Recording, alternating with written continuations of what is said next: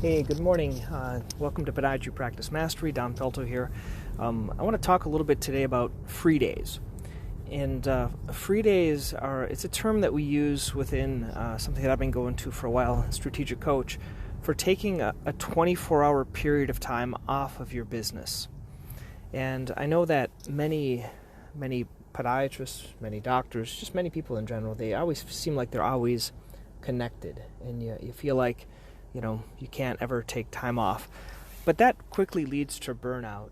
This last weekend, we took the family and we went camping and kind of went in a place where, yes, there was cell phone reception, but I have a few tips that have worked for me, and they might help you in terms of your life. I remember, as I go back and think about it, when I first got married, which is, I think it's going on about 9 years ago, I was always interested in these ideas of business and practice management and listening to different people's podcasts, and I just assumed that my wife liked that too. Like she wanted to listen to that together after hours or on the weekends or things like that. But really the best thing that ever happened to me was learning to take the weekends totally off. And for some of you that are listening to this, you might think that's totally impossible.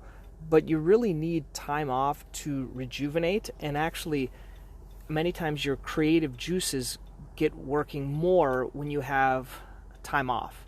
I just feel like we're always have like the pedal to the metal, working, thinking, trying to innovate, things like that. And we tend to waste a lot of time and have it not efficient. So I would propose to you to consider taking every weekend off, like not doing anything with your business, not doing anything with your practice, just totally rejuvenating and not even thinking or learning about anything regarding business. I have a couple of books that I have on Audible, but they're like non-business books. They're just like, they're kind of comedies, things like that I listen to just on the weekend to distract yourself and to get your mind off of your business. Because when you come back to it, you're going to be much more refreshed and rejuvenated. So that is my challenge for you guys today. If you haven't taken kind of a weekend totally off and getting away, that's something important for us. A second aspect that I've learned is that there's a good book called the Atomic Habits. And in our homes, we have a lot of triggers for things to do. So let's say you want to take time off. For me, I can't just take time off and stay at home. I actually have to go somewhere. It just helps my mind to decompress much more, because I feel like if I'm at home, there's always the next project or the next thing that I have to do. So the other challenge my recommendation would be to just go somewhere, like plan it and put it in your agenda. So periodically you can take these free days. If you want to learn more about kind of this time system that's taught in Strategic Coach, I would go to strategiccoach.com, and there's some resources where you can learn about this idea of free days, focus days, and buffer days. It's something that's really helped me. But one thing I want to just finish with is this whole idea of changing your time management system. It's not easy, and it actually takes, I would say, 6 months to a year to get used to it. So what happens with any type of habit change, you're going to like mess up initially. It's going to be hard for you. You're going to be distracted. You're going to check your email. You're going to worry about business. You're going to think about business. Just be nice to yourself.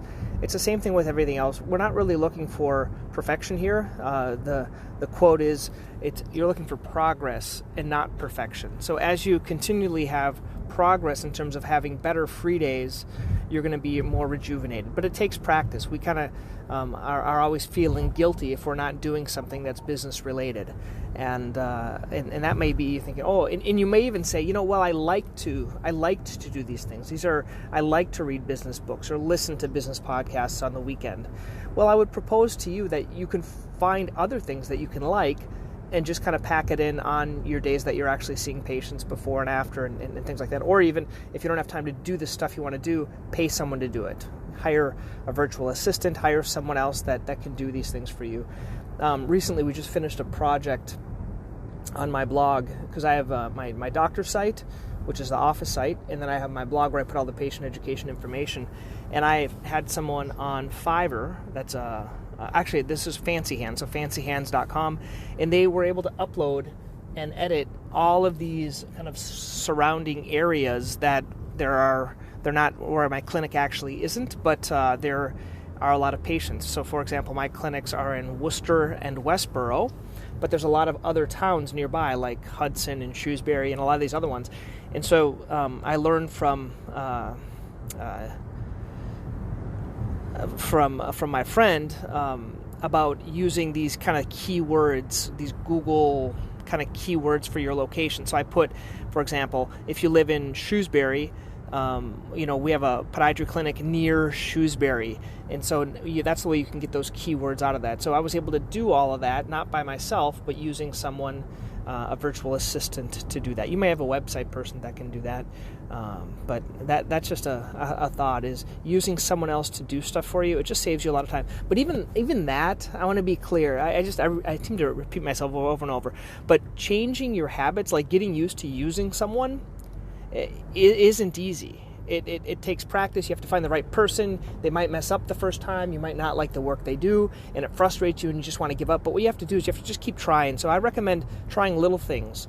If you're going to use Fiverr, for example, sometimes I paid 2 people to do the same job just to see who had the better quality product. It's going to cost you about $20. You try 2 or 3 people, see who does the best thing, and then hire them for the future work. And so that's my recommendation. Same thing with Fancy Hands. You find someone that's good, and you can keep requesting that same person.